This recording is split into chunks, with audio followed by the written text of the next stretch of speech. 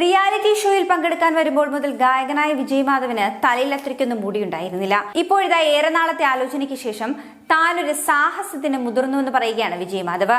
മറ്റൊന്നുമല്ല, hair transplantation സർജറിക്ക് വിധേയമായതിന്റെ വിശദ വിവരങ്ങൾ പങ്കുവെച്ചുകൊണ്ട് ഒരു വീഡിയോയാണ് വിജയ് പുറത്തുവിട്ടിരിക്കുന്നത്.